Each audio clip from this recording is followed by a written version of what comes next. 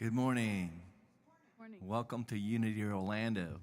Our opening statement this morning is, I am thankful for my life and grateful to receive all the good God has for me. Let's all affirm that together. I am thankful for my life and grateful to receive all the good God has for me.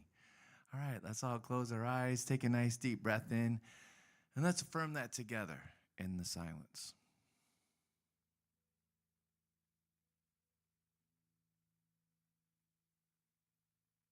And so it is. And now if you'd like to stand and help us sing our joy song this morning, it's called Rain My Soul.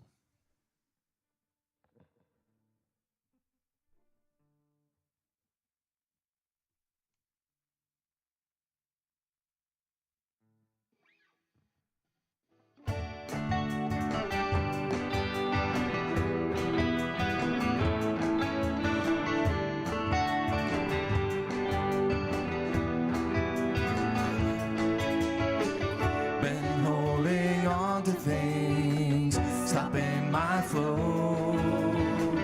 I'm feeling everything when I let go. Letting go of the past and all the things that don't last. It's time we all just let it go. And I feel love rain my soul.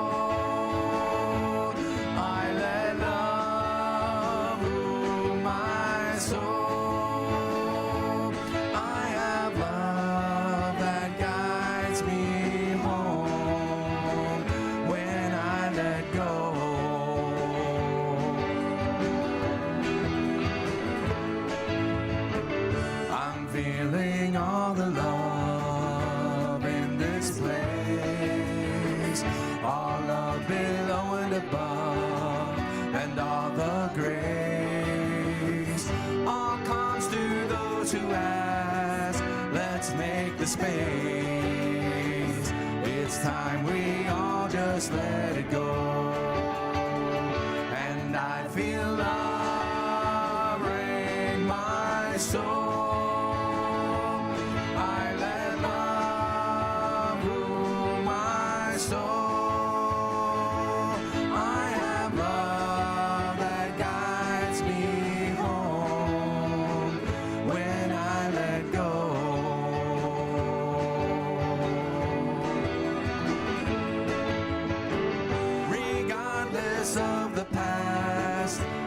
Future's here at last. Your love is lightning fast when we let go. And I feel love rain my soul. I let love rule my soul. I have love that guides me home when I let go. When I let go.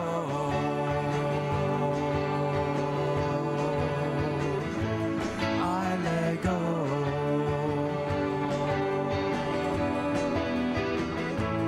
I let go.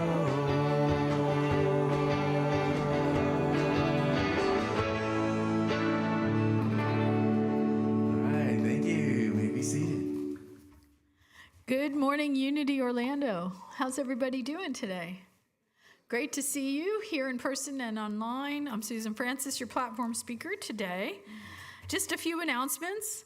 Of course, prayer chaplains are available to pray with you after service. In the house today is myself and Reverend Paul back there. If you need prayer, please see one of us. Also, every evening at 8 p.m. we pray. So the November affirmation is, I look within and discover my power. That's lovely.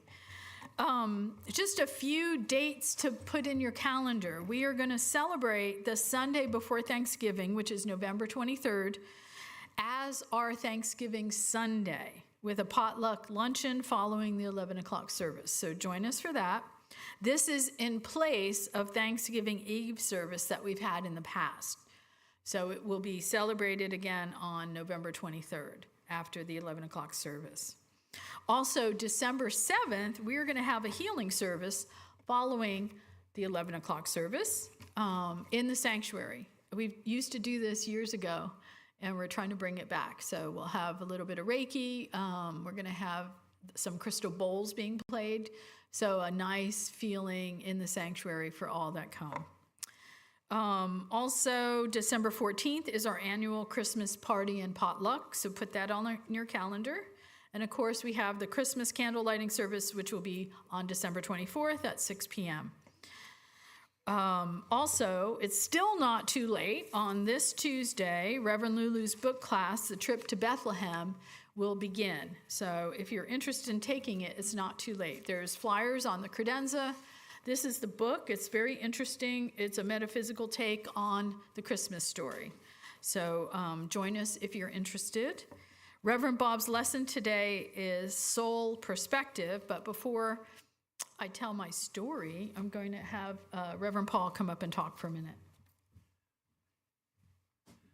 Okay, if you noticed things on the roof, we got a call from the contractor Monday, and he had a big cancellation. And he said, we can start Tuesday, this past Tuesday. So I did a quick check-in with Spirit, got the green light, it's great weather. So the roof has started. We'll probably finish this week. We're expecting the invoice the week after that, so we're kind of running on faith here. Now, we have emergency funds that we can use to pay that invoice. We'd rather not if we can avoid it, and if we do use them, we'd certainly like to replenish them. So I'm still matching donations. I'll continue to do that till we get to our goal. We're currently at 35%. And to spice things up a little bit, this week, from now until including next Sunday, I'll double match. So if you think you want to be part of this, Go, baby. this week would be a good week to do that. Okay? Thank you. Thank you, Reverend Paul. Have you ever seen Atlas, right, with the big globe on his back? That's how I see Reverend Paul over there with the church on his shoulders. Of course, Reverend Bob is holding up one side of it as well. Okay, just a quick story. So there was a couple who go for a meal at a Chinese restaurant, and they order chicken surprise. The waiter brings the meal, and it's served in a lidded cast iron pot. Just as the wife was about to serve herself, the lid of the pot raises up slightly, and she briefly sees two little beady eyes looking around before the lid slams down. Good grief, she says. Did you see that? To her husband, she exclaims.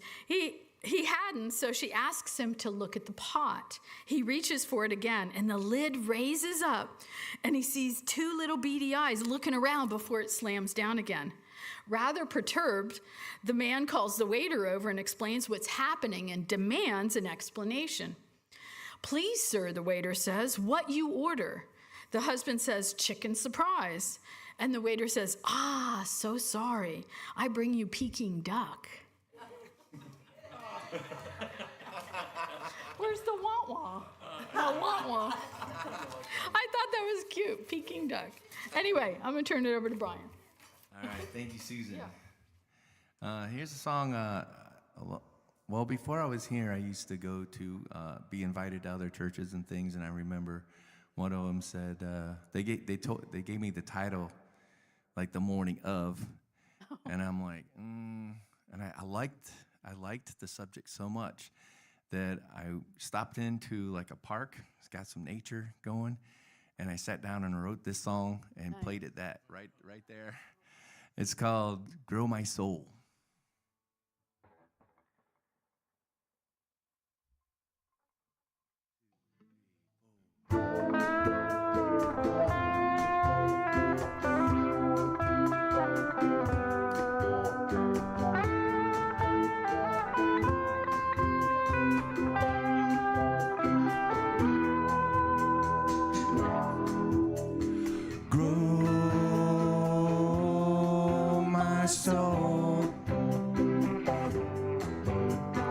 Grow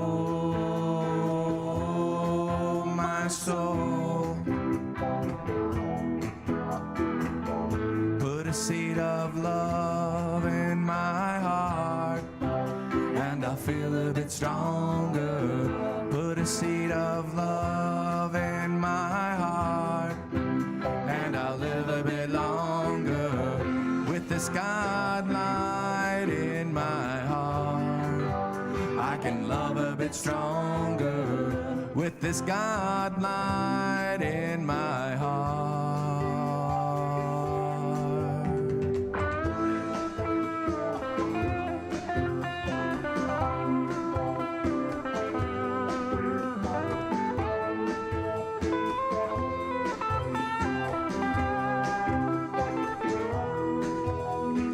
Grow my soul. Grow my soul. Grow my soul. And I feel a bit stronger.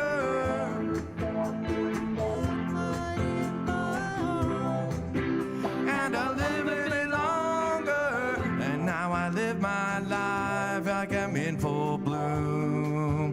Like the trees, I get taller. And now I live my life like I'm in full bloom. Like the trees, I get stronger. When I live my life like I'm in full bloom. Just like the trees, I get taller. And now I live my life like I'm in full bloom. Grow my soul. Grow my soul. Grow my soul. Grow my soul. Grow my soul. Grow my soul.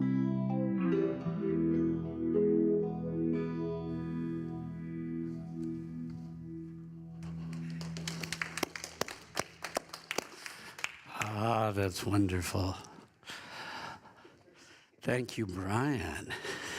Thank you, everybody else. Susan, Carol, Tinker, and John.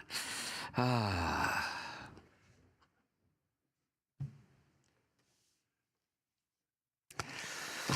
Yeah, that's the beauty of being around here.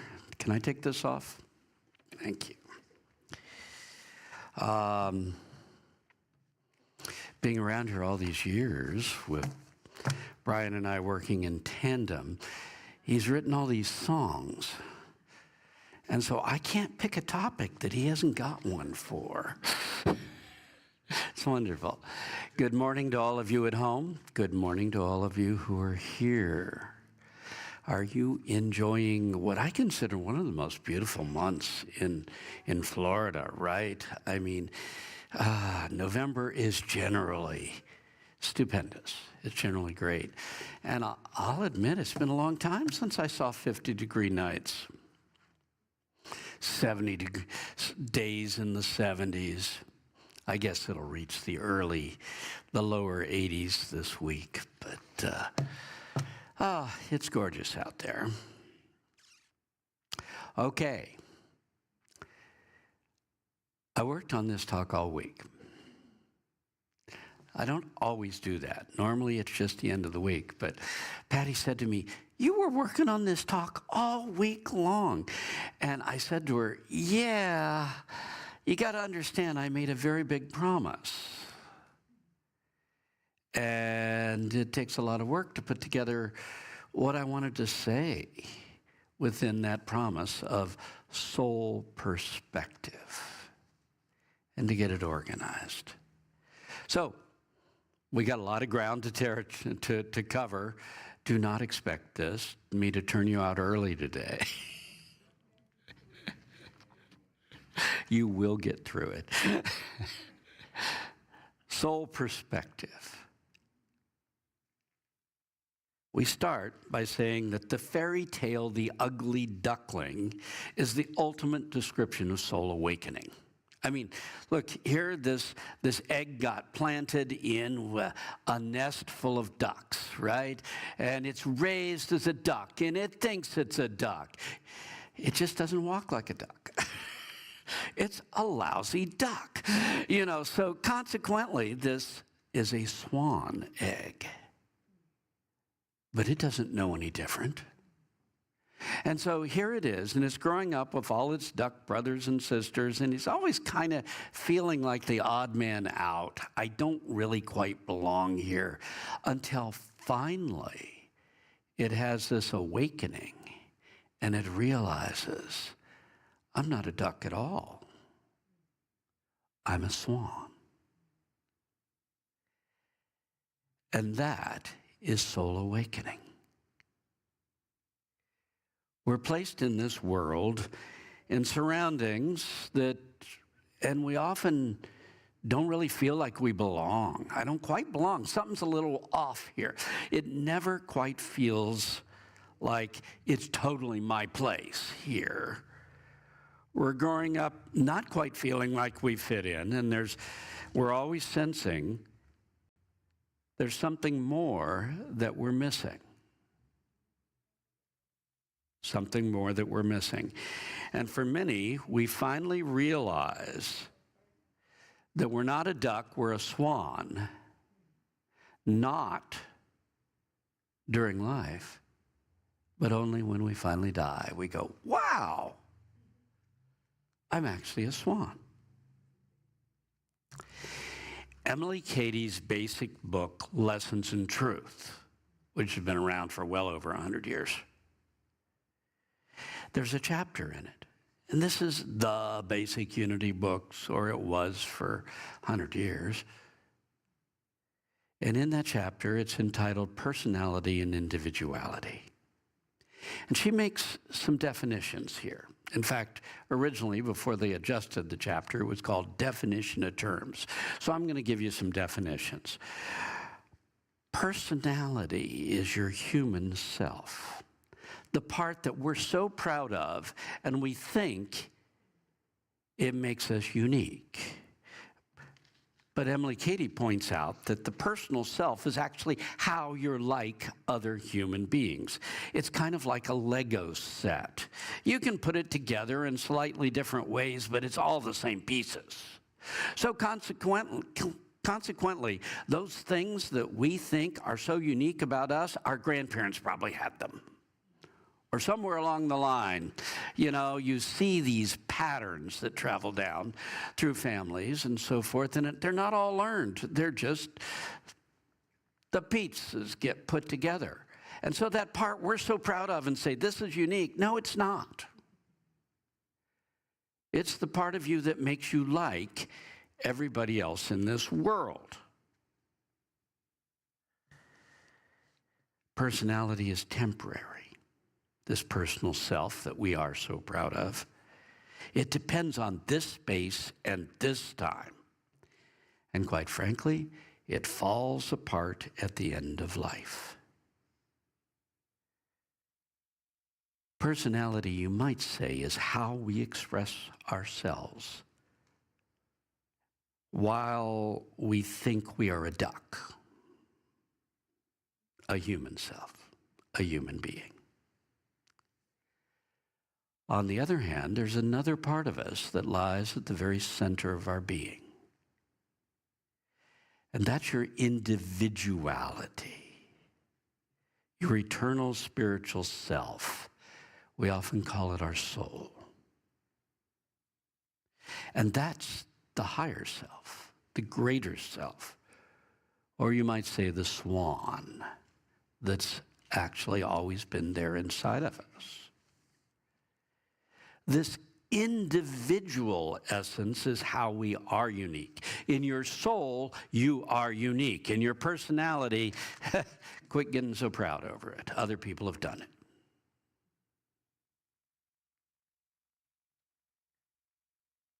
Our souls are like snowflakes.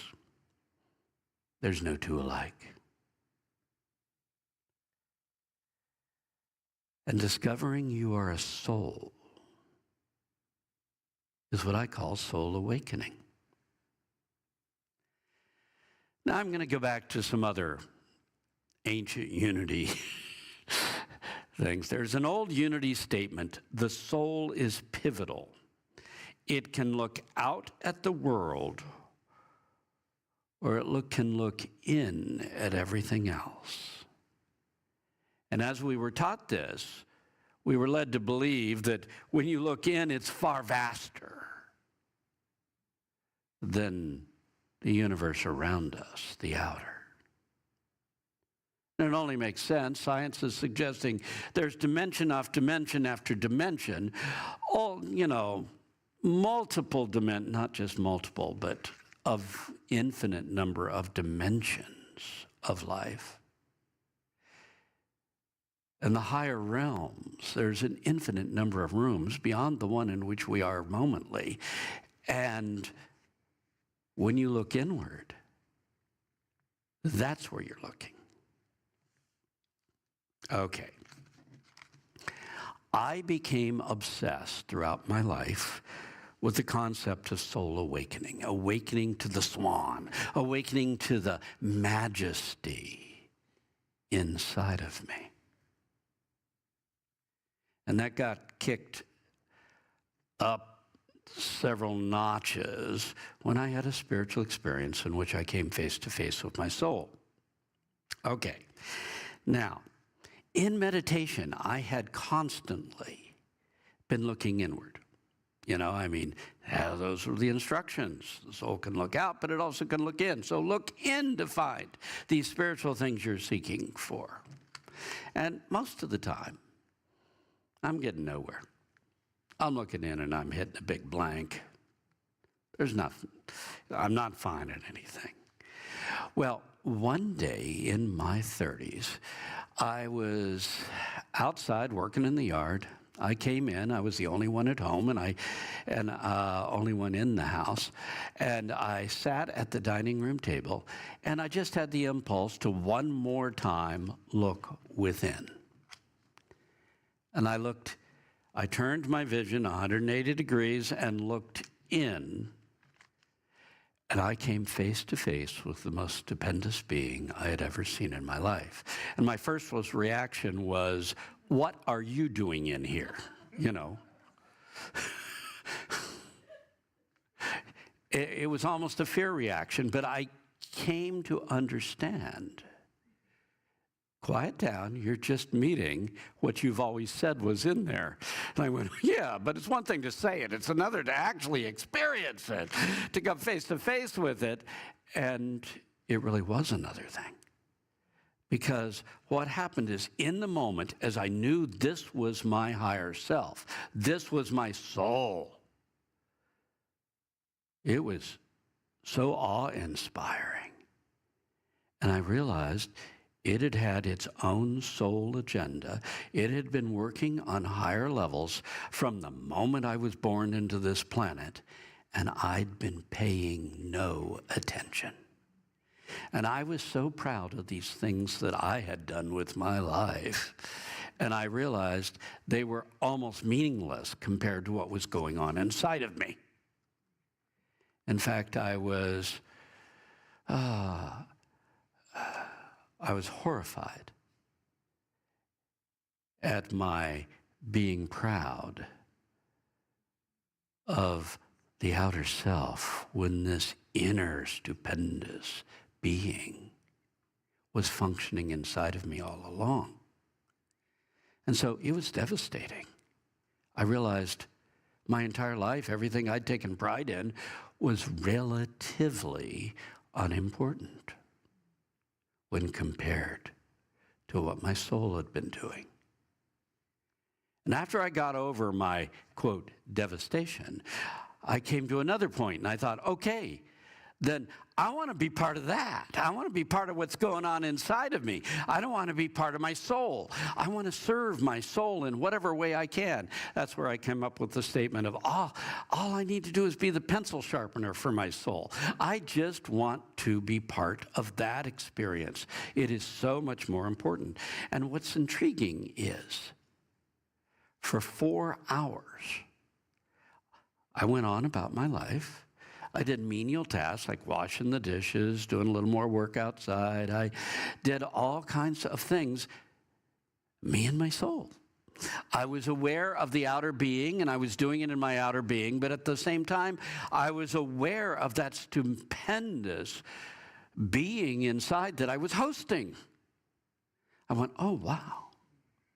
And the two of us, it was like, I am going to love this life, living it together with my soul. And after 4 hours, the veil dropped. The outer being couldn't touch it anymore. And that was the greatest loss of my life. I'd been through divorce, and I thought it was pretty bad. It was kid stuff compared to this. Losing yourself. Your soul, losing God. Once you've touched it. For me, I describe it with this analogy that I had felt like some amazing unseen being had picked me up and dropped me off at the top of the mountain and said, you want to see the goal? You want to see where you're going? You want to see it all? You want to see the ultimate majesty? And after I had taken it all in, picked me up by the scruff of my neck, dropped me off at the bottom of the mountain, and said, if you ever want that again, climb. So that's what I've been doing for 40 years.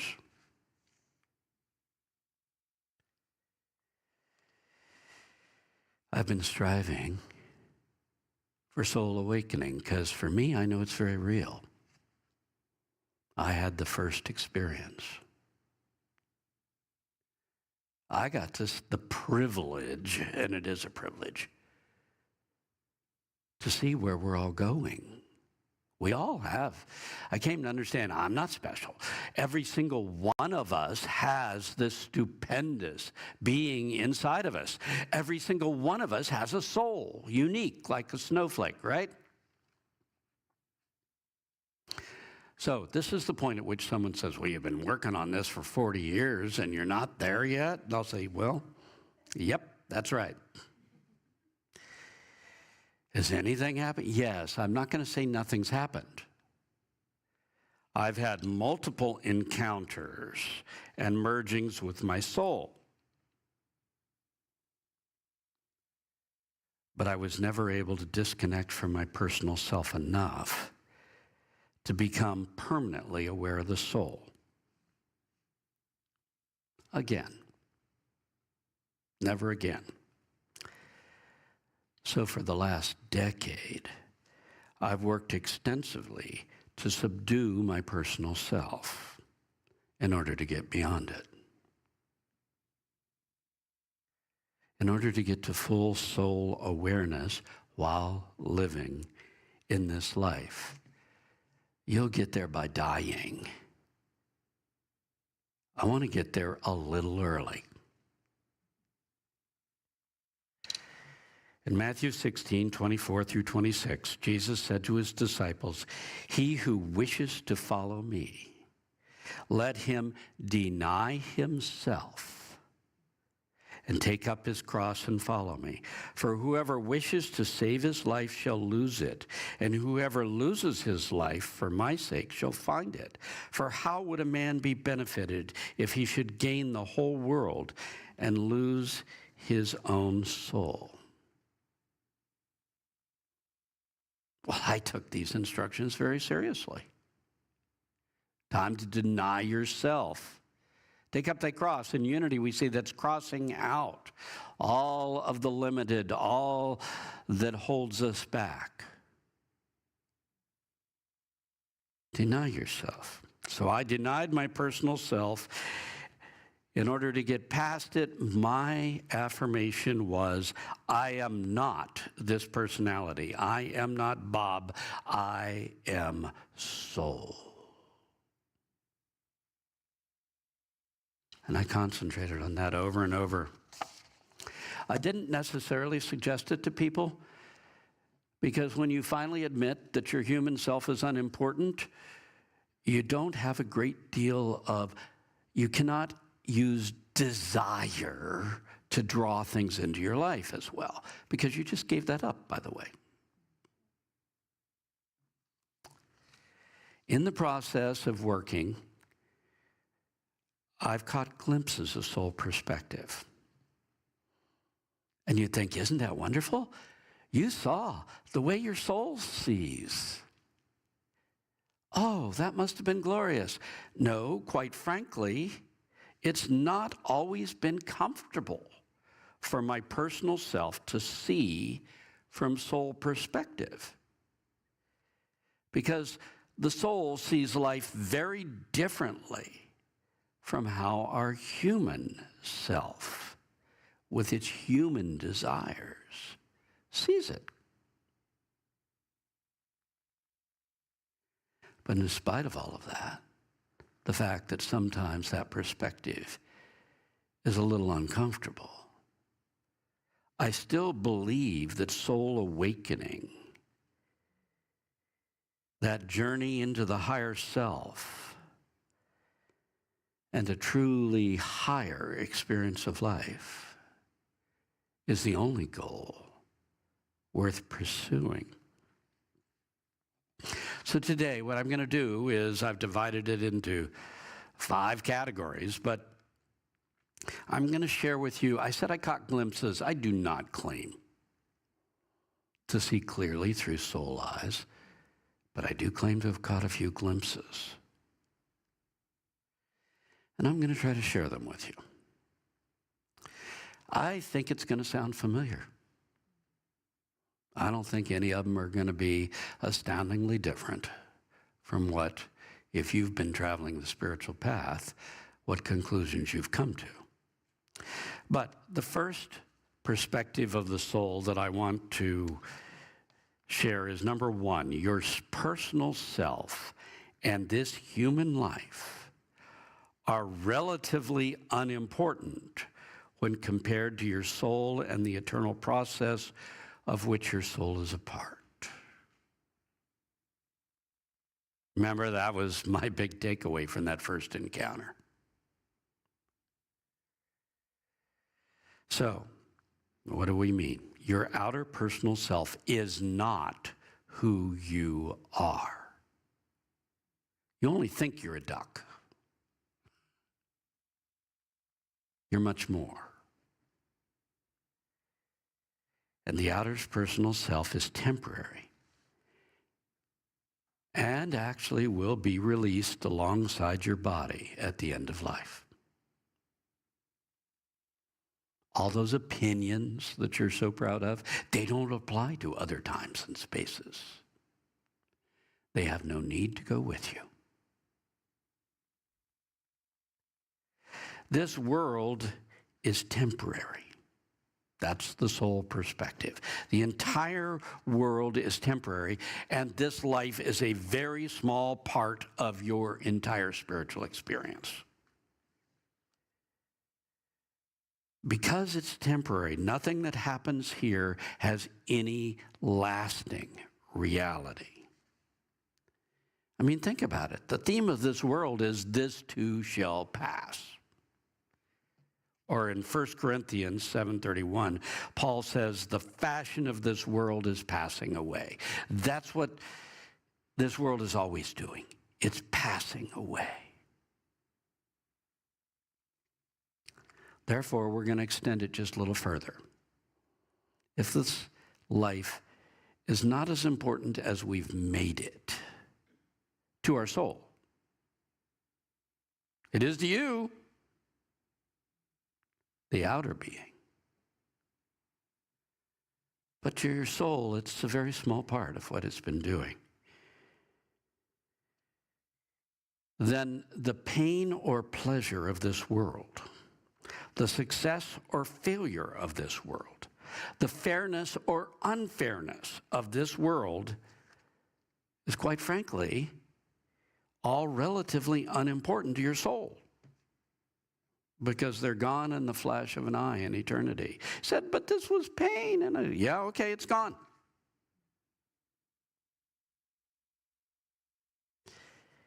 All that matters in this life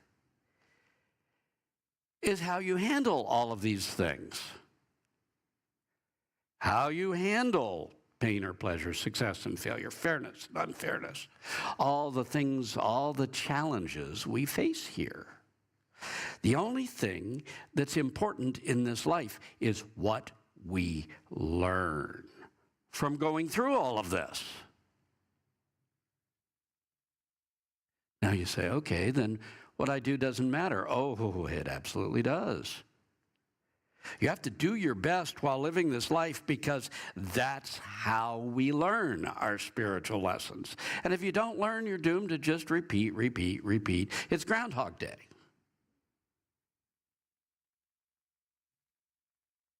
The movie.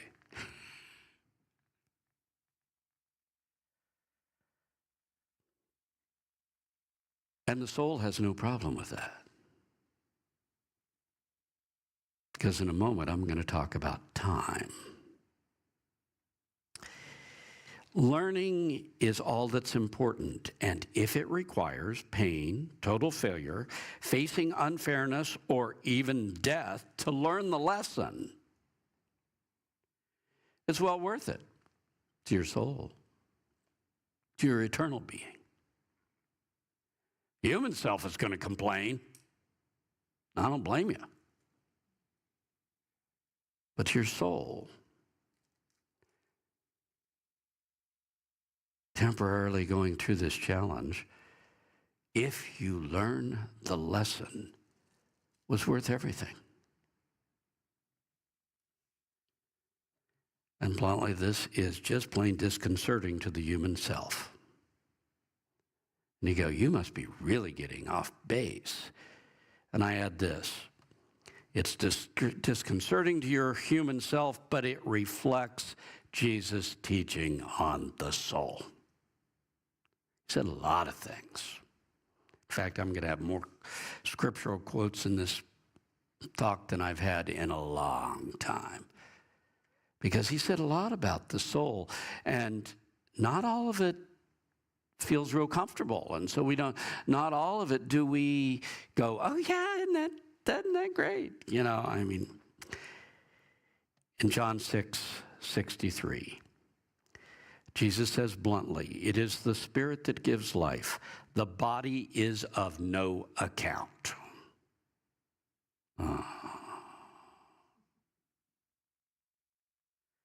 And the words which I have spoken to you are spirit and life. The teaching is what? The teaching, the lessons, what you gain from what you're going through is what's real, and that's what's going to go with you. Luke 12:16-21. Jesus told them a parable. The land of a rich man brought him a great many crops, and he reasoned within himself, I will tear down my barns and rebuild them and enlarge them, and gather there all my wheat and all my good things. And I will say to myself, soul, you have many good things stored up for many years. Rest, eat, drink, and be happy. That's the human self. But God said to him, oh, you short-sighted man, this very night your life will be demanded of you. And these things which you have prepared, to whom will they be left? Such is he who lays up treasure for himself and is not rich in the things of God. Everything you gather in this world will disappear, except your spiritual learning. When I do a memorial service, I will often say everything we've done really doesn't matter. The only thing that is real is the love and the joy that we shared while we were here. That goes with you forever. In Matthew 6:19, he repeats the concept. Do not lay up for yourself treasures buried in the ground, a place where rust and moth destroy, and where thieves break in and steal. But lay up for yourself treasures in heaven, where neither rust nor moth destroy, and where thieves do not break in and steal. Seek the energies of goodness, spiritual learning, and soul awakening in this life. Those are the real treasures. those moments of tremendous joy, those moments of love, those moments of seeing the absolute glory of the world around us, those are the treasures. And in 2 Corinthians 4:18, Paul makes it clear, do not rejoice in the things which are seen, but in the things which are not seen. For the things which are seen are temporal, but the things which are not seen are eternal. This is soul perspective.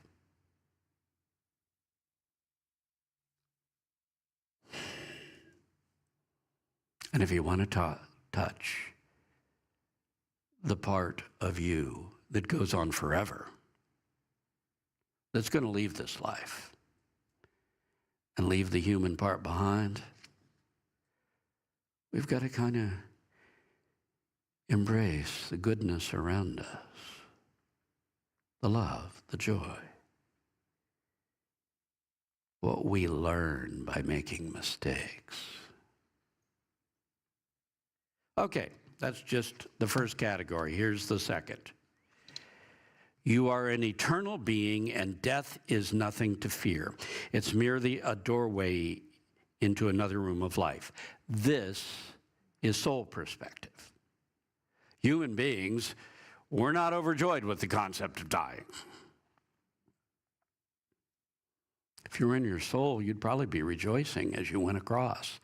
Thank God. I've often said, death is not the enemy. It is the reward for having finally finished what you came here to do. In John 14:1, in my Father's house, how many rooms are beyond this one? In my Father's house are many rooms. If it were not so, I would have told you. I go to prepare a place for you. Death is going out of one room and into another. That's soul perspective. And Jesus, as much as promised, it'll be there to welcome us across. In Psalm 23:6, I will dwell in the house of the Lord forever. Your soul is eternal. We're going to dwell in the house of the Lord. He didn't say the room I'm in. The house that has many rooms. I will dwell in the house of the Lord forever. 1 Thessalonians 5:5, he says, you are all children of light. Your soul is a being of light. That's the part of you that can move between dimensions. We leave physical bodies here. But you're a being of light. And the more we begin to know I am a being of light, I am a spiritual being of light, the more we move the balance from 99% human and 1% spiritual to we just start moving it more and more.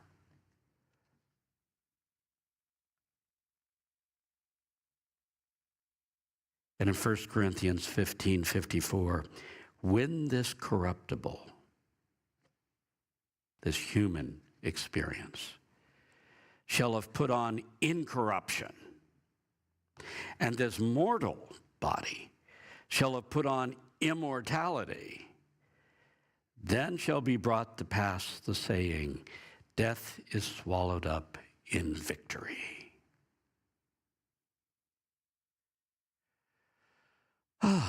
Death is swallowed up in victory. The other side is more beautiful than we can imagine. And you can't imagine it, because it is literally beyond the comprehension of a limited human mind. And arriving on the other side in this unlimited beauty feels like victory.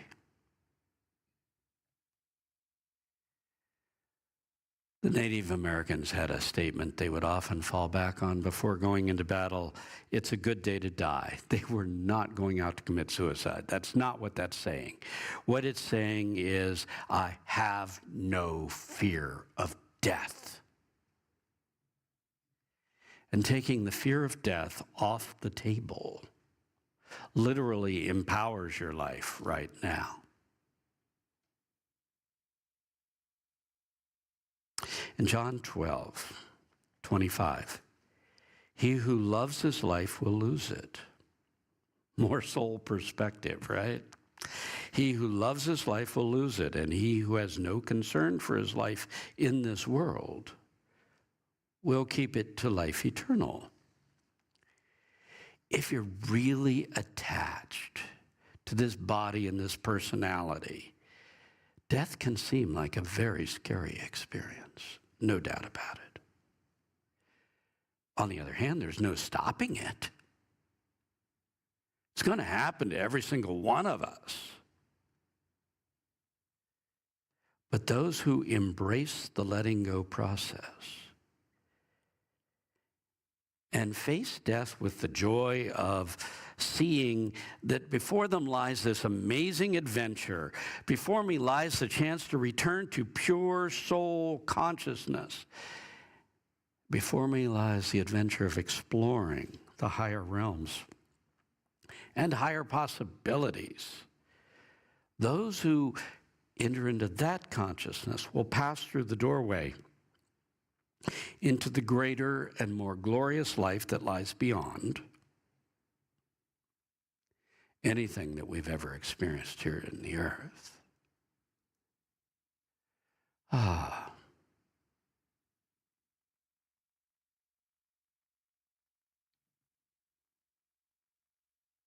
That's called victory. That's when you emerge into the unlimited from this very limited physical world. Third major area, soul perspective has an eternal timeline. We go, oh good, an eternal timeline. I'm going to enjoy seeing that, maybe. The human self wants things accomplished in a very limited time. They don't always blend well.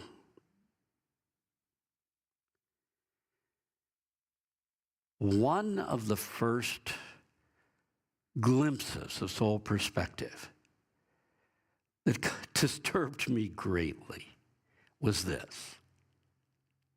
Because as I began to see through my soul eyes, I began to realize that my soul was quite willing to work on higher levels with higher energies to gently lift humanity, willing to do this for thousands of years.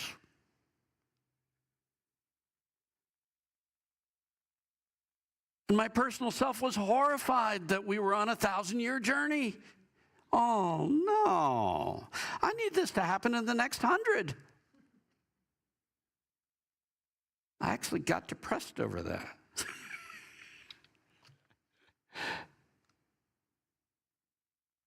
But your soul,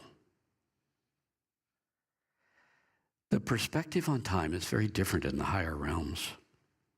Linear time, that is, as humans experience it, is confined to earth life.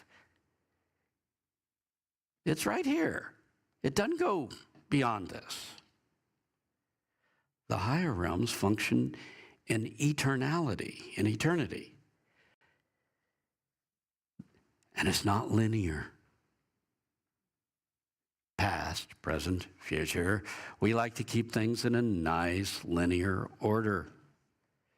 In the higher realms, everything is hanging in the eternal now. Everything.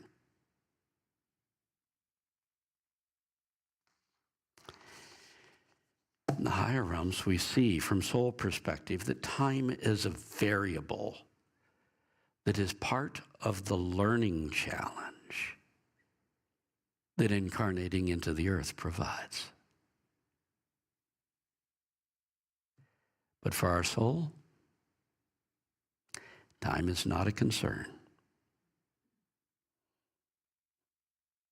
which the outer self finds unsettling. The fourth perspective of the soul. The higher realms do not function according to all the limits and rules we observe here in the earth. Life is expanded beyond our present ability to understand on the other side. It is so expanded, we can't even conceive of it from here. And it is a huge mistake to create our image of the heavens in the image of earth. You know, people like to do that. Oh, it's going to be a really pretty city with streets of gold. And I've often said, I don't want gold, I want memory foam. I don't want to fall down and hurt myself.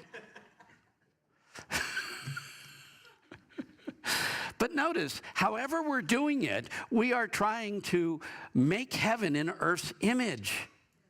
And that's a huge mistake. It's as big as making God in man's image, which is the other thing we like to do.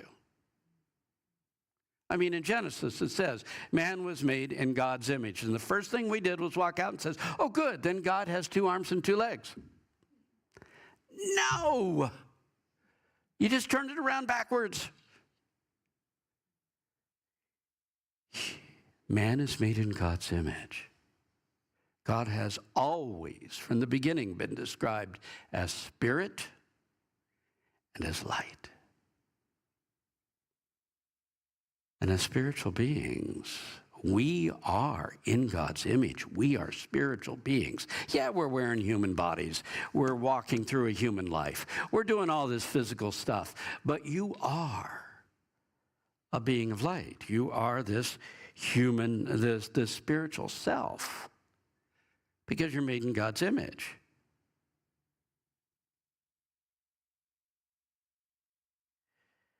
As spiritual beings in the higher realms, you know, we're talking about like after death, we function in a vastly more expanded ways than simply human beings with superpowers. So we think, okay, I'm going to the other side. I'm now still me, but I've got superpowers. And that isn't even close to true. I'm going to quote Jesus one more time, Matthew 22, 25 through 30. The Sadducees ask, there were 7 brothers, and the first married and then died. And because he had no sons, he left his wife to his brother. Likewise, the second brother died, also the third and up to the 7th. And after them all, the woman died. Therefore, in the resurrection, at the resurrection, to which of these 7 will she be a wife? A valid question from human perspective. For they all married her. Jesus answered, you err because you do not understand. For at the resurrection of the dead, neither marry women, nor are women given to men in marriage, but they are like the angels of God in heaven. But concerning the resurrection of the dead, God is not the God of the dead, but of the living. We have 2 concepts here. The first one I'm going to hit is they're like the angels. They don't function in relationships by the earthly rules. I mean, when you can merge your whole self with anyone, when you can share with whole groups, well, that doesn't fit into earthly perspective.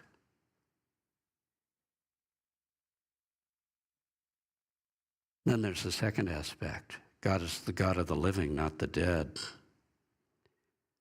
You know, souls don't die. They just enter another realm. The same way, we make heaven and earth's image, and we make God in man's image. Well, where are we?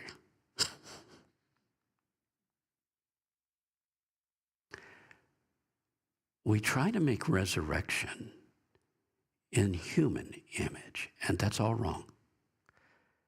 What he's saying is you're talking with a human perspective. That's why you got it wrong. Souls don't hang around connected to that earthly body, what's left of it, and moving back into the earth, waiting for it to be resurrected.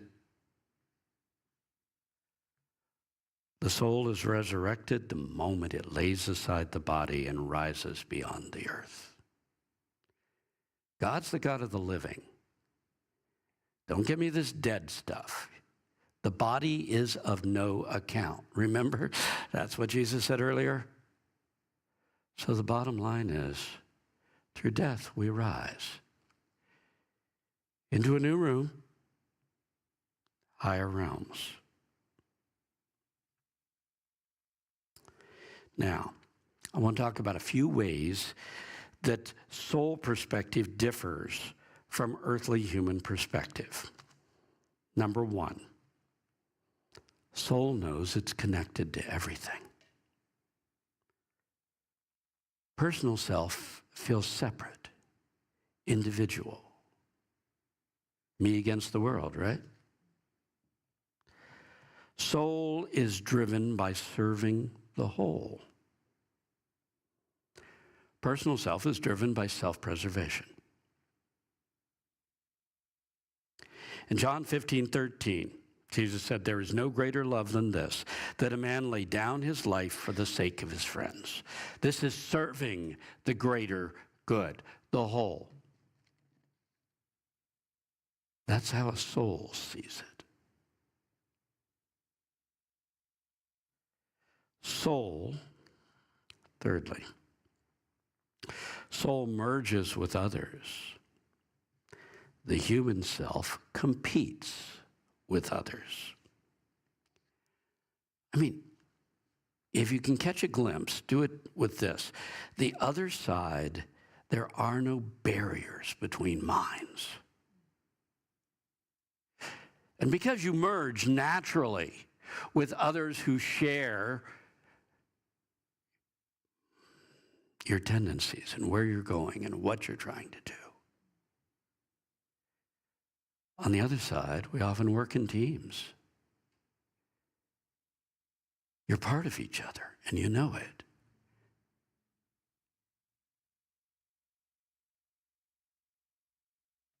There was a point that this came home to me in one of my spiritual experiences. Who would have thought it was going to be a spiritual experience? I met this one girl, and what was amazing to me was she had my body. And it looked a lot better in feminine form, the way I thought. But what do I mean she had my body? I mean, yeah, she had my body style, but I knew when she'd be hot and when she'd be cold. I knew what her body liked and what it didn't. I mean, I knew this was my body, but someone else had a reflection of it. And then I thought about it, and there was someone else in my life who had my mind. That is, if I had a thought, she had the other half of it. It was amazing when we got together and started brainstorming.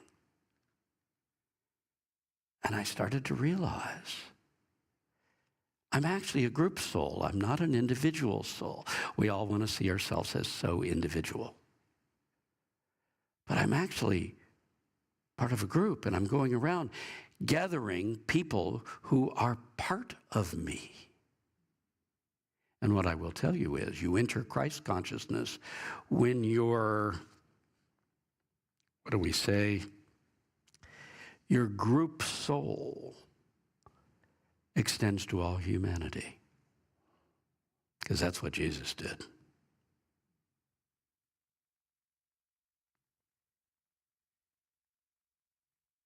So on the other side, we're already doing that. You say, so I'm losing all my individuality? No, did you ever see that movie, that series Deep Space Nine? They had the guy on, the one on there that was a shapeshifter, and in his home territory, they would all become this puddle. And they'd share being a lake you might say. And he could go into the lake and be part of the whole, but he also could rise out of it as an individual. And I think that's actually a good description. So, soul knows I am a being of light without the limits of this physical world. Soul knows that. The human self needs to observe all the rules of physical existence. It's like when you play a game, you follow the rules of the game.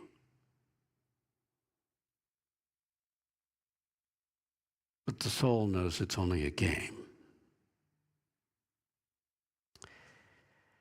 So passing over to the higher realms, it suddenly feels expanded. Because no longer are you surrounded with limits like the physical world provides. You are immersed in eternity. The higher realms are unlimited. Which is why I say from this human perspective, we have a hard time seeing this. Now, I need to finish, and I have one more quick territory. I want to say, number 5, you can set up a partnership between you and your soul or you and your higher self. Now, your soul has an agenda it's been working on since it came into this life. It has an agenda in the higher realms. Your physical life is not its first priority. You know, if we have any sense of ego, awakening your soul pretty much destroys it all. Every time we say, oh, I'm so important, it says, yeah.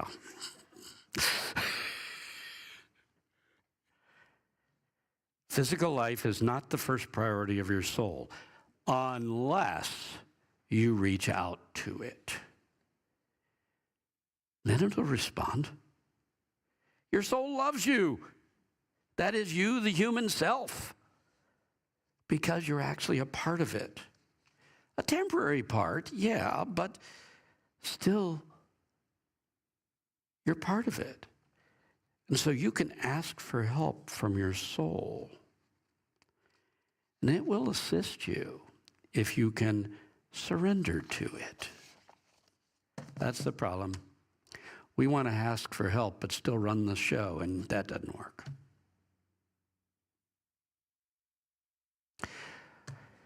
We've all had times when soul took over and did amazing things through us that we couldn't have done ourselves. We say, did I do that? That worked out perfectly. I didn't think I was up to that. Or that was amazing how my life worked out. We've all had times of life that we know we were just plain given gifts. Sometimes it's people. Sometimes it's opportunities. That's when soul takes over and does what we cannot. Your soul is directly connected to the Christ Spirit. So when you ask your soul for help and you surrender to it, you're asking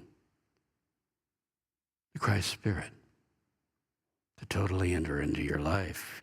You're making soul your partner in whatever you're facing. And when you do, your earthly life can take an amazing turn for the good. So how do you set up a partnership? Here it is real quick. Partnership with your soul. First, deny yourself. I am not Bob. I am something much more. Surrender your life to your soul. I surrender to my higher self. Soul, take command of my life. Then ask for help. Soul, I need your help in this that I'm facing. Then let go and trust that something greater than your personal self is moving through you. Now, to keep this going, you're going to surrender to your soul throughout your day. You're going to look for signs that soul is moving in a situation. And you're going to feel gratitude to your soul for taking command of your life. And then in meditation on a regular basis, you're going to look inward to find the majesty at the center of your being, the soul, the light within you. And you're going to rest in adoration of that majesty. Well, I am going to finish. Here we go. You are much more than your personal self. And the greatest human pursuit that we can take on in this life is awakening to the majesty within the soul, the eternal aspect of our life. The journey into soul awakening is a lifelong process, no doubt about it. It'll be filled with failures and disappointments. But every sense of awakening that you experience will make the journey well worth every effort you put into it. I will leave you with this word of caution. Humility is the doorway into soul awakening. Realize that everything you think you know about yourself and your life is likely just plain not that important on a soul level. And be prepared for an expanded perspective that will make the outer you possibly feel very small. Let's close our eyes.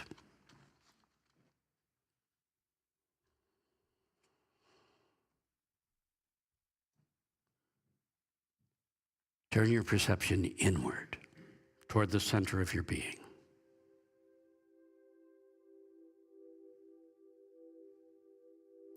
Draw everything inward. Your sense of being. Draw it from the outer parts of you right to the center of you.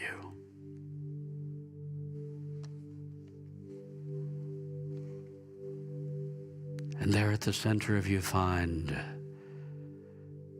a speck of light, a point of light. And if it doesn't naturally arise, image that point of light.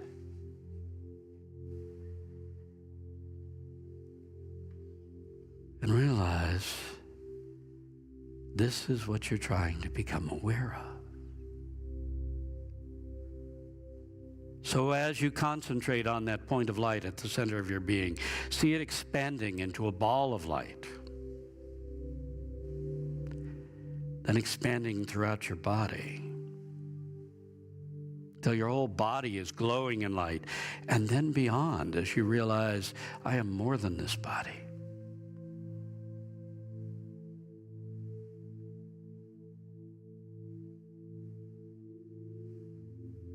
I'm an egg of light. I am a spiritual being of divine light.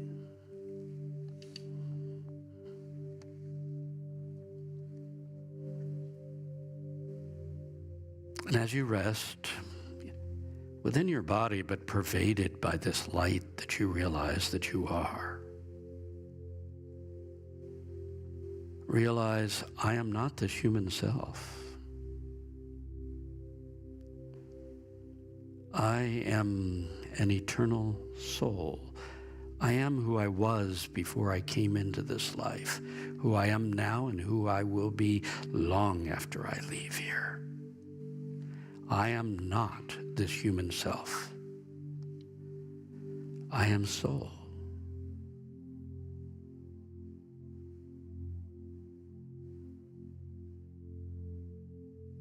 And as you contemplate the soul at the center of your being,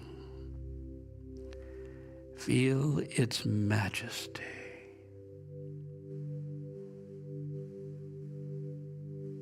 Human self is nothing compared to it.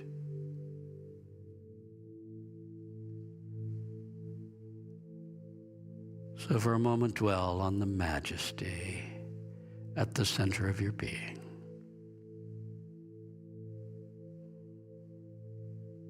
Just adore the majesty of your soul.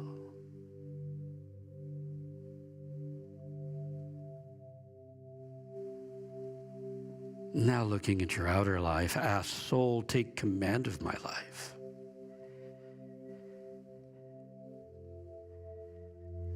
Image yourself merging with higher self and walking through this life in partnership with your soul. And feel gratitude to that eternal being within you for being your partner in this life.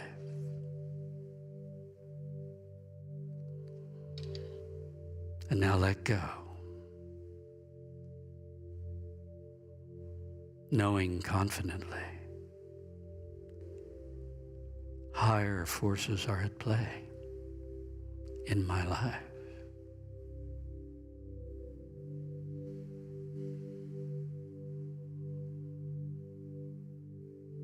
I am not only human.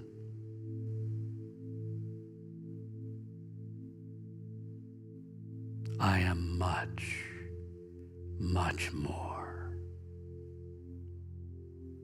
And that fills me with gratitude. Thank you, God. Amen. The usher will come forward. We'll prepare for our offering. If you're at home and you're new, you need to know how you can give your offering. If you're at home, one of the ways is at the end of service, go to the home page of our website and hit the Donate Now button. You can go to the home page and pull off our address. Mail us a check. You can use Zelle but only if you use our email address, unityorlando@gmail.com. And if all of this is too confusing, call the office and Linda will talk you through it.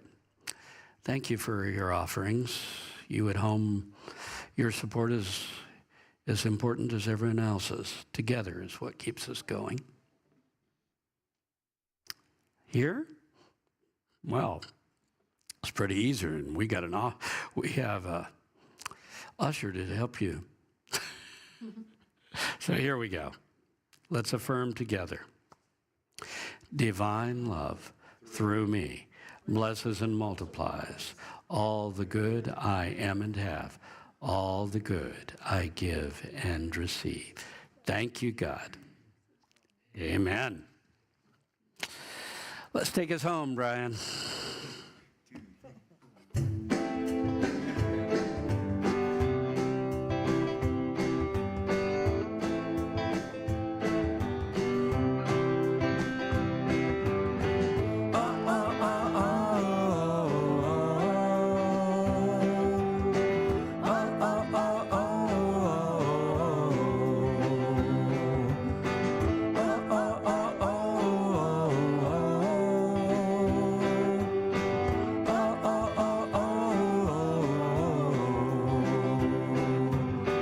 I send myself into a dream,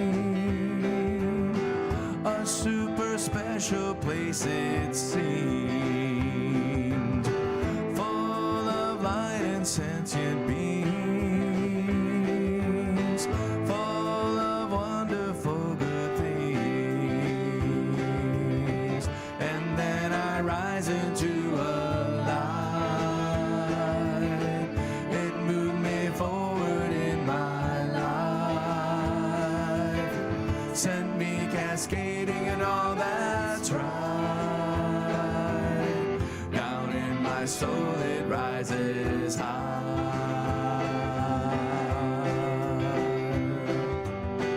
Oh, oh, oh, oh, oh, oh, oh, oh, oh. Now in my life I'm in the flow.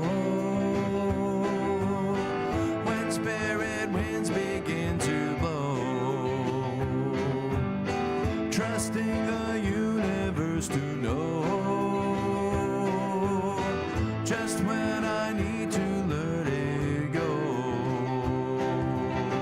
And then I rise into a light. It moved me forward in my life, sent me cascading in all that's right. Down in my soul it rises high.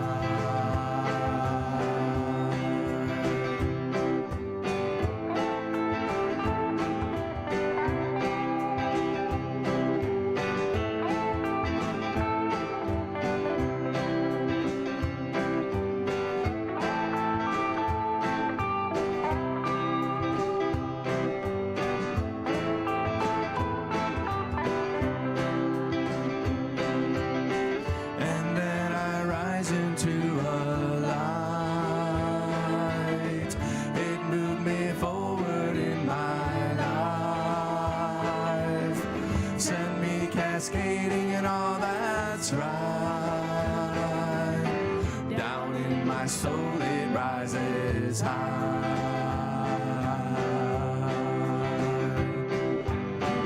Oh, oh, oh, oh, oh, oh, oh,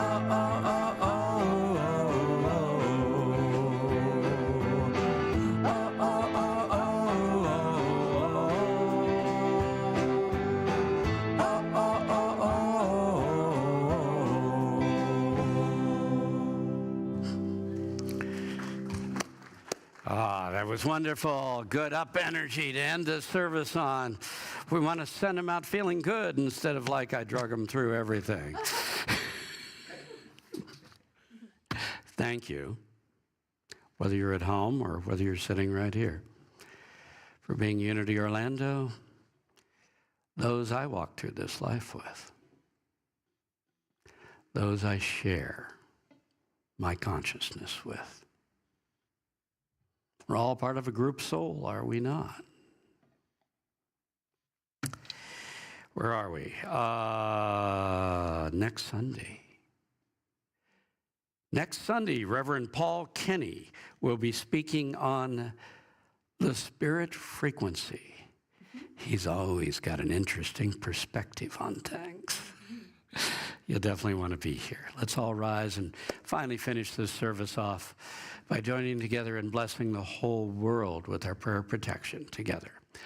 The light of God surrounds us. The love of God enfolds us. The power of God protects us. And the presence of God watches over us. Wherever we are, God is, and all is well. God bless you all.